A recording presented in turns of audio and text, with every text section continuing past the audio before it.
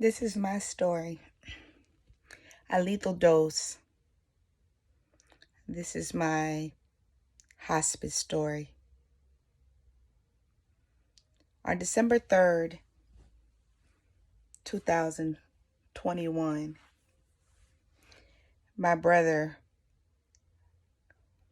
was discharged from a local hospital here in my city and was admitted to hospice.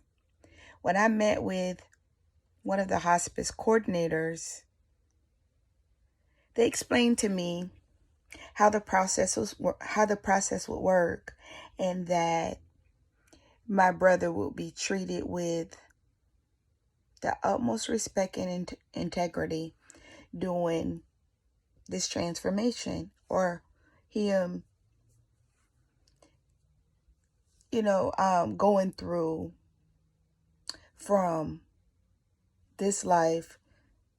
I'm not sure of the word. I can't think right now because I'm still in a brain fog. My brain is still in a fog. But as he the transitioning process. So I'm not sure about anybody else, but for me, at the time, and y'all please forgive me for my appearance, but I really don't care how I'm looking. My appearance really matches my demeanor or what I'm feeling right now. However, so after the coordinator explained to me the whole process, she takes out her little iPad to get a signature. Well, when I went to go put my signature on the pad, it didn't take. So I don't know about anybody else, but for me, that might have been like a sign. So we went to attempt it again and it blanked out. So again, in my mind, I'm thinking, I wonder if this is a sign to not do it. But from the medical advice that I've received from the hospital, the doctors on staff that had been so forthcoming towards my brother's prognosis, that I really believed what they were saying. And not that I don't believe it at this moment, even in the midst of the pain. So needless to say, they had explained to us previously, we were approached again with hospice, and because they were like, well, we'll take him off all feedings, he will not have any feedings, and we'll just make him comfortable. I've grown to really hate this expression, the quality of life. What would your loved one want their quality of life to be?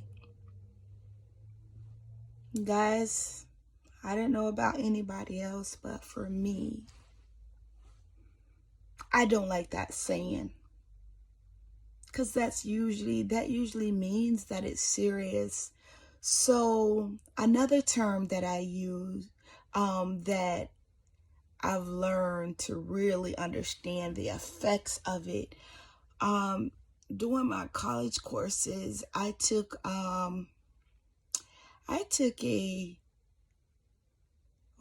public speaking class. And one of the terms that they really wanted us to be introduced to was fight or flight. Meaning, in a very desperate situation, this is my interpretation of it. You either gonna fight it out or you gonna haul butt. You gonna take flight. Through this whole process, I apologize. I have some discomfort in my chest. But I didn't have time to feel anything, because after a procedure that my brother had, he went into the hospital on September 23rd. Chief complaint was a headache. I'm pretty sure it was more than a headache, but that was his chief complaint. And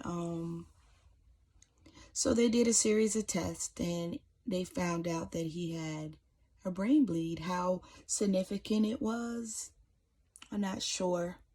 They were going to do some exploratory, and that's what happened. Per the neurosurgeon, he explained to me that they were going to go through the growings, or they did go through, because this was after the fact.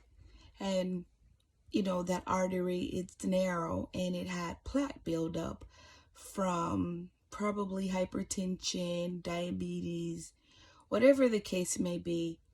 There was plaque there, and he advanced. And what I mean by that is he released some dye that they would be able to measure the amount of fluid on my brother's brain. Well, when he advanced, some of the plaque broke off and it traveled to his brain. And the brain being a sponge, any little small debris or anything that get on it, because it's just very sensitive. So that's what happened. And after that happened, my brother never engaged again. He never spoke again. He never expressed anything. And so fast forward to about, let's say, December, he had gotten a bed sore. He had became sepsis, where the infection, as much as the hospital could do wound care, IV antibiotics, nothing really was enough. And it was one day that I was there doing shift change, and the two nurses was conversing, and the nurse that was leaving was giving report to the one that was coming on, and he said that, you know, my brother's name, that he's a paraplegic. And I'm like, which indeed he had become that after this procedure, but it was never titled. And that the bed sore, you can see the bone. So after realization had just hit me in the head like a ton of bricks, I guess that's the first time I tried to internalize it, and it wasn't well. It didn't come across well. I was angry. I was hurt. And at my request, I asked the doctors to perform another CT to give us an idea of any activity that was going on, because he had said after interacting with my brother for over a month, he is not aware who he is, and he never responded to him. So, in his medical opinion, himself and his colleagues, that he was not going to regain from this. So I felt that was the only option, was hospice, because I don't know, guys. I don't know. I just know that I wanted to do the right thing, and I thought I was. But I don't know about anybody else, and I am eager to find out about anybody else's stories, about their experience with hospice.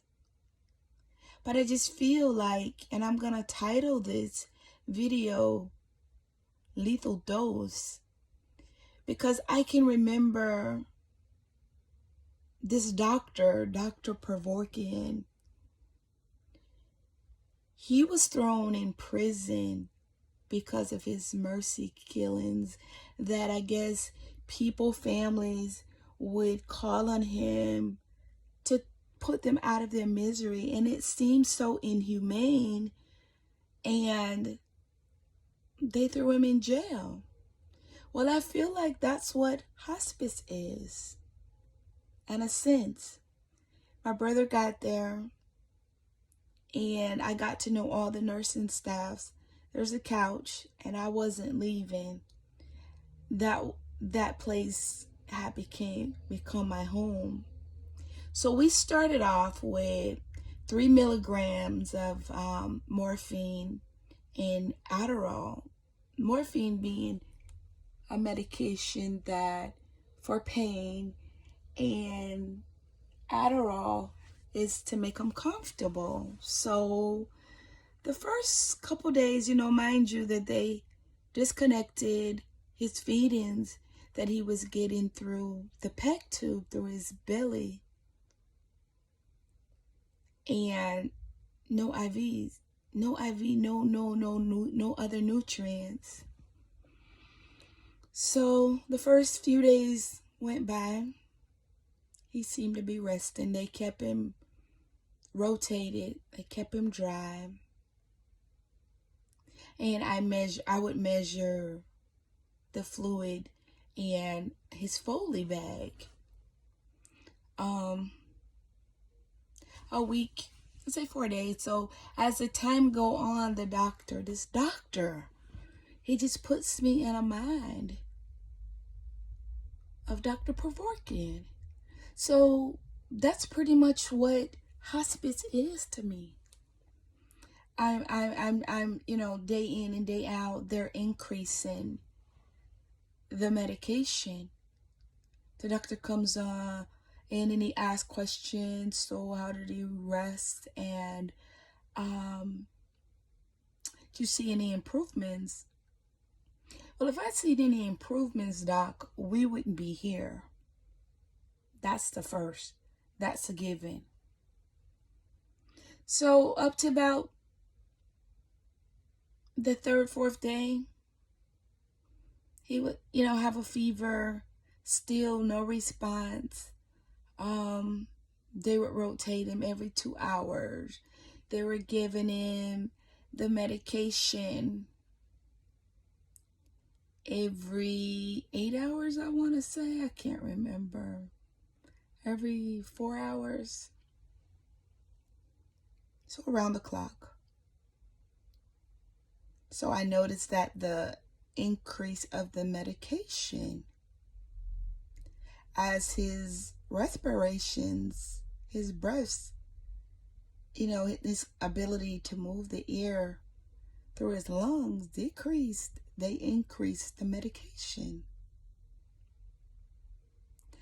That understanding, I have a lot of what ifs, why I didn't. I keep going back to that day where the iPad kept blinking out when I would try to go to attempt my signature. So I just feel like so many regrets. And again, I never had time to really process all of this. I'm going. During this time, I was working for home for the government. I just took their equipment back. I just quit.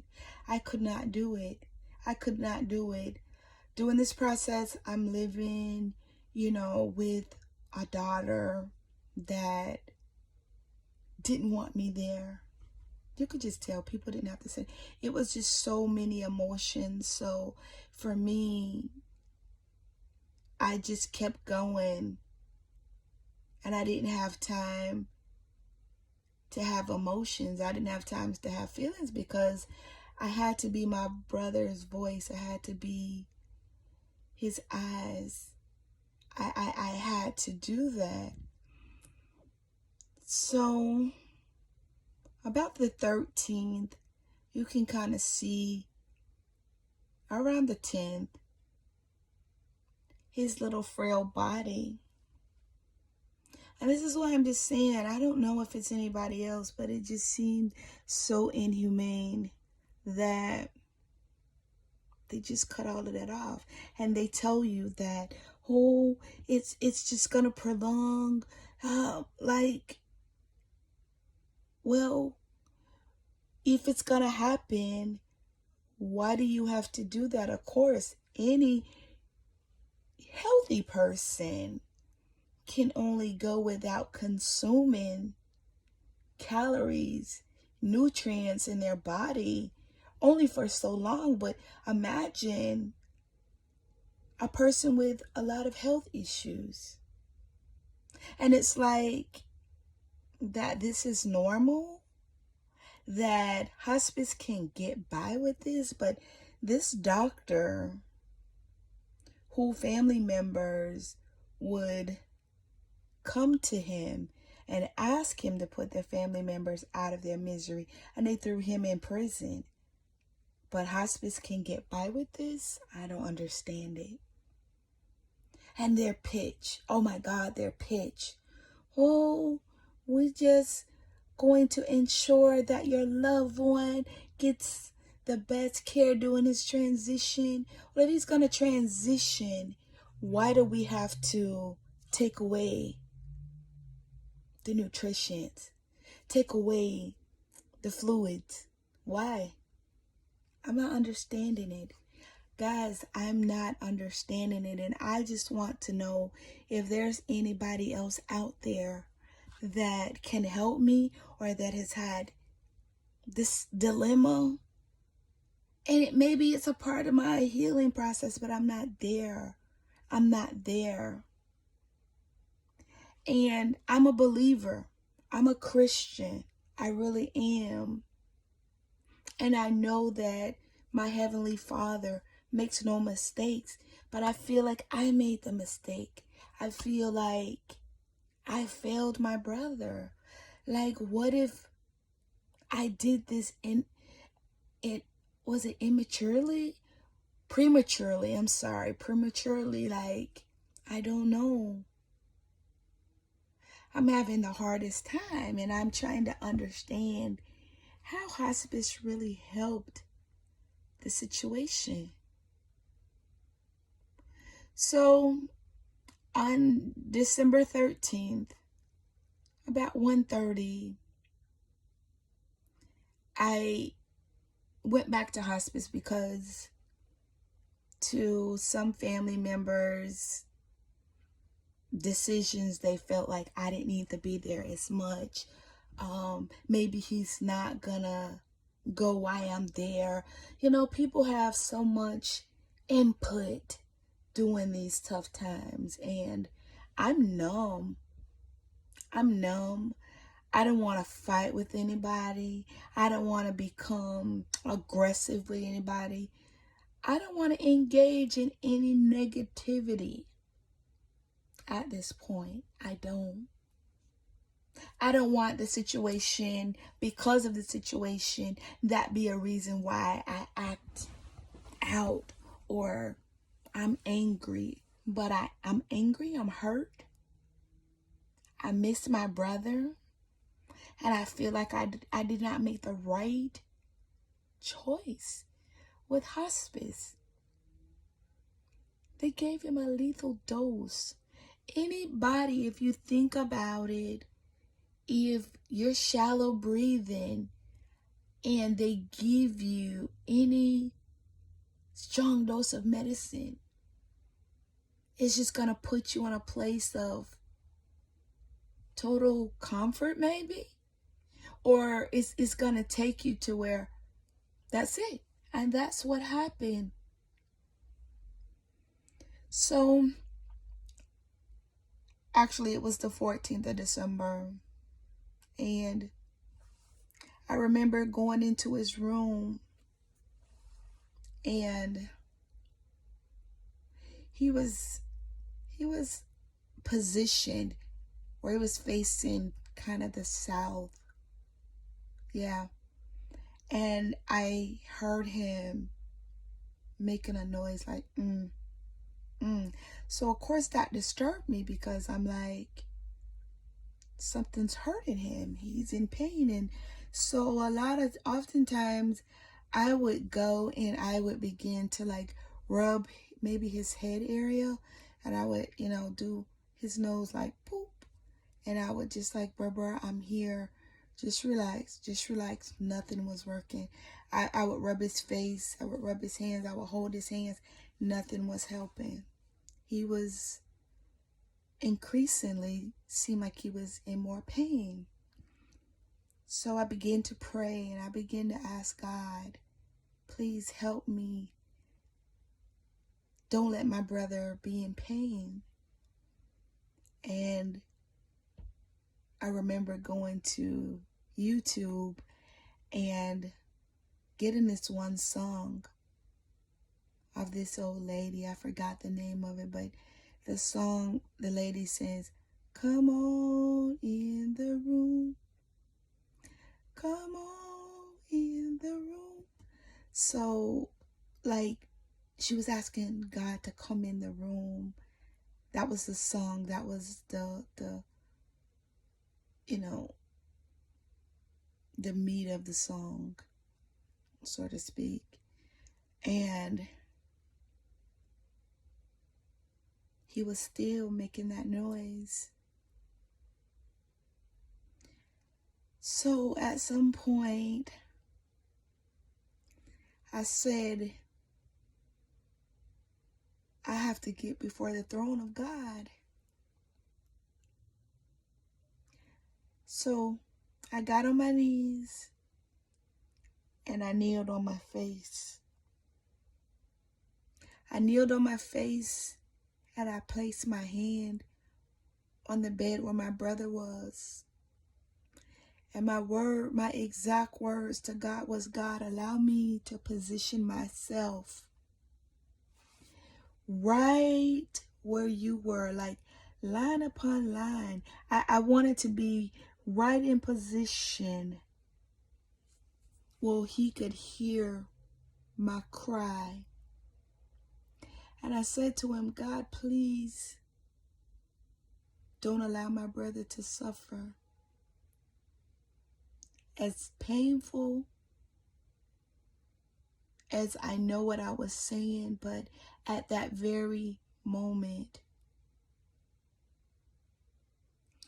I've been hearing, stories about ancestors, and I haven't researched enough to really expound on it too much. But there was like a crack in the door. And at that very time, I could feel the presence of my grandfather. I felt the presence of my grandmother, the presence of my father, the presence of my brother that was older than him, and my younger sister. I felt it so heavy. I'm still on my knees, on my face, and I'm praying. And I said that I laid down there for about 10 minutes and I was praying in utterance, my tongues. And then I got up and I felt him. And I went and I got the nurse and I told the nurse, I said, I think he has a fever. And they came in and indeed he did. And they were going to change him. So I said, I'm going to step out while you guys do that, which I often did. And I went and I sat in this little break room like area. And the nurse, about maybe 5 minutes, came and she rushed and she said, come back. And the whole probably week and a half that my brother was there, I never saw this one lady that spoke with a very heavy accent, like she was from Africa. She was an older lady, and she put me in the mind of a big mom. Those who don't know big mom, like your nana or somebody of age that you would call granny or something. And there was this one Haitian lady. I had gotten to know her, and as I was going in the room, she was coming out and she brushed me. And I said, what's wrong? Is he gone? She said, no, but it's near. And I played this back in my head over and over and over again.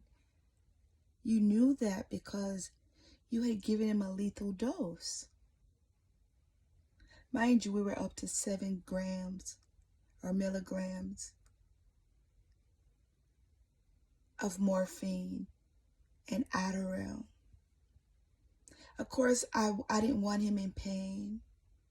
And at that very moment, when I got over to the bed, I noticed that the gown was not moving.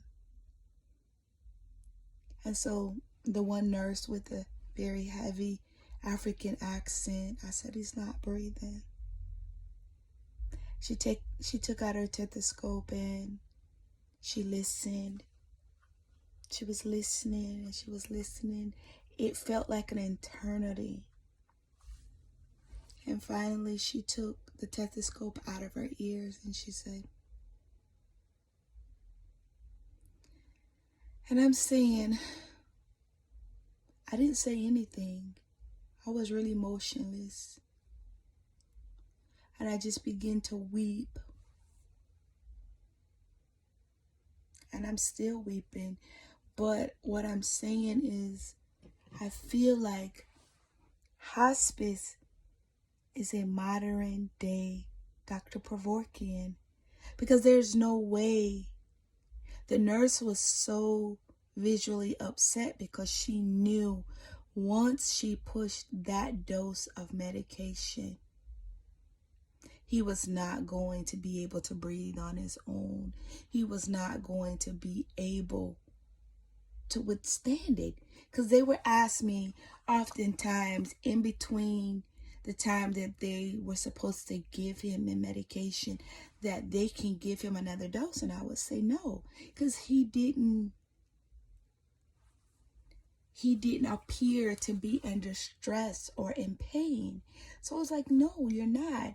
And as the times I'm watching him and his little legs, I would put lotion on him and it was just getting small. I'm just wondering, I want other people that have experienced hospice with a loved one or somebody they know that may have been very close to them or they know them that had an experience as such. Please share with me. I'm desperate to know. I'm trying to figure this out. I just feel like I let him down. I feel like I didn't make the right decision. I honestly feel like I killed him. I feel like I did. I don't know. I know that this is me trying to, I guess, make sense of this. I'm grieving. I'm depressed. I'm hurt. And I'm not talking to anybody, really. I'm not saying anything. And it's like the earrings, these earrings is the only thing that I have left of him, that I got him because they said that he wanted to be cremated. I don't know. But it's like when you're born with siblings, it's different if you're the only child. You've been the only child all your life. And my mom had 3 biological kids. Like I said, I have stepbrothers and sisters.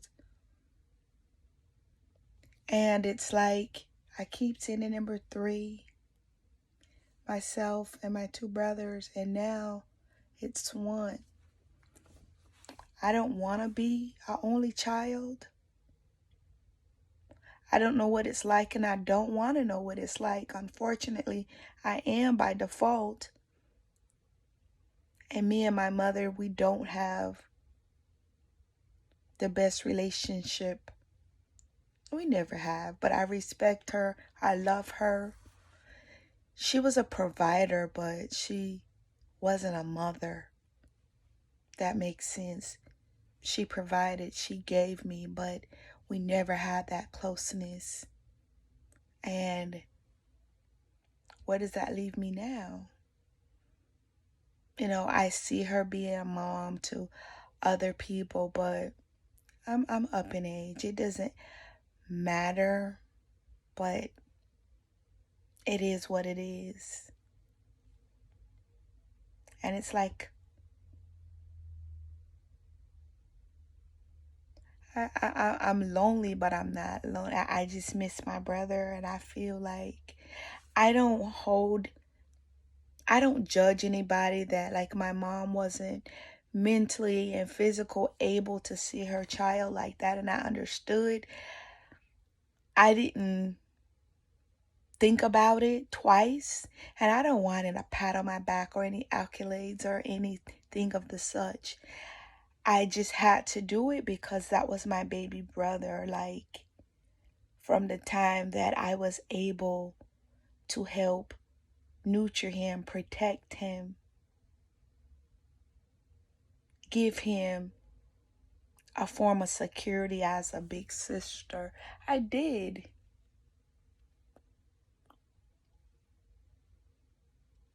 And I'm just so hurt. I'm just so hurt because now it's just me. It's just me. And all the fighting, the fussing, the back and forth. I didn't mean any of it because I love my brother. I love my brothers. And I'm like, I don't know why God allowed me to stay here. I'm the oldest. I would have, in a blink of an eye, traded places with my brothers. I would have. So, I'm not sure, but I really want to know other people's stories or their take on hospice, because this is only my story, my opinion of hospice, but I feel like they're the modern day Dr. Pervorkian, and I'm going to title this Lethal Dose. They gave him a lethal dose, and it caused him the inability to breathe on his own because they'd given him so much. And I guess that was the whole point of even doing hospice, but I didn't agree. I don't agree with hospice and their take on it. I just don't. And I think it's just so inhumane. Like, in people's fragile state. I don't agree with it. So please, I hope you all that do come across this video and know somebody who has a story, an experience with hospice, please. You know, my half sister and I, we hadn't spoken in probably maybe 3 years. Probably last spoke when we were in Jamaica. I don't know. When she called, and she works for hospice, and she says that's what they do. I can only imagine the conversations that they have with their employees. I can only imagine. It was for me, it was horrific. It was a very horrific experience. But after knowing that God honored the request and that the presence of God came in the room, I'm just at a different place in my mind, in my heart. I don't want to engage in any negativity. I don't want to engage in any fighting. I don't want to engage in any back and forth with anybody. I'm not that same person before that night, I'm not that same person. And it seems as if nobody can understand that I'm not the treatment that I'm getting, like, from my daughter. The people that I don't even know what she's telling them. You have people at, this time that they want to have so much importance that none of that matters to me. It doesn't matter to me that I'm at my half sister's house. I have nowhere to go. That's fine by me. No money in the world can bring back my brother. But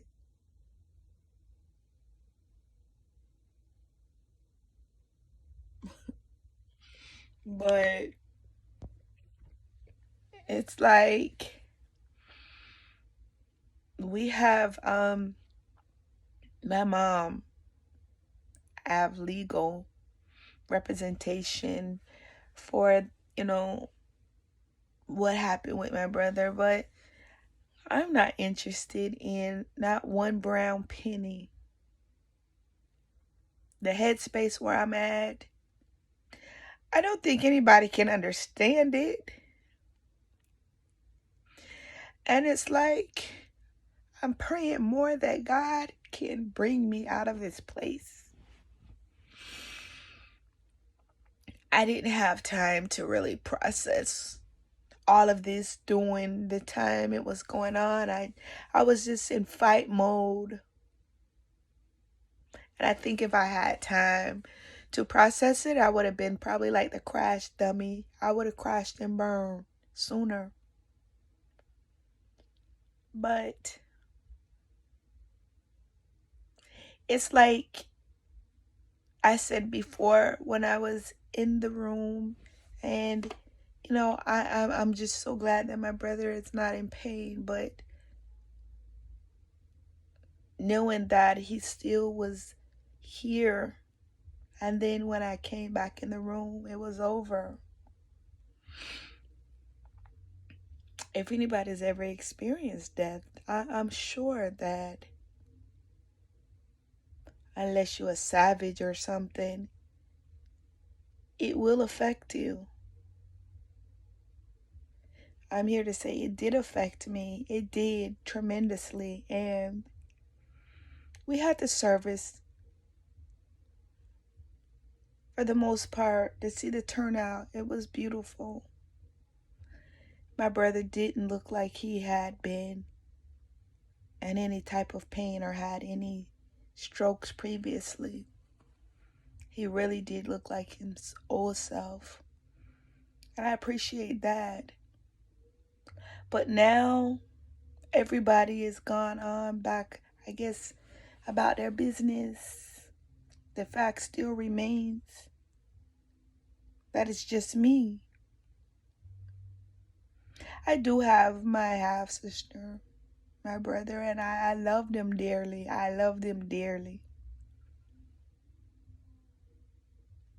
But I'm just trying to process all of this and I'm trying to get through it. This is just my hospice story. And I'm urging anybody that's out there that sees this video and have some insight, please don't hesitate to share with me. Because right now I'm just in this place of desolation and I just feel like maybe I acted prematurely, which I know that that wasn't the case because my brother never did engage, but it's just the letting go part. When you've grown to care and love someone for so long, as we did, formed a bond as a big sister, little brother, even though they're not here, it's hard to just let go. So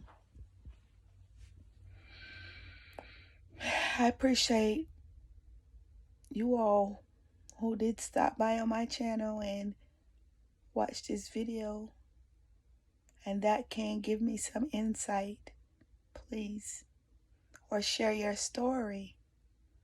This may be a start to other people that has to face these type of situations, and maybe they don't have to deal with it alone as I did.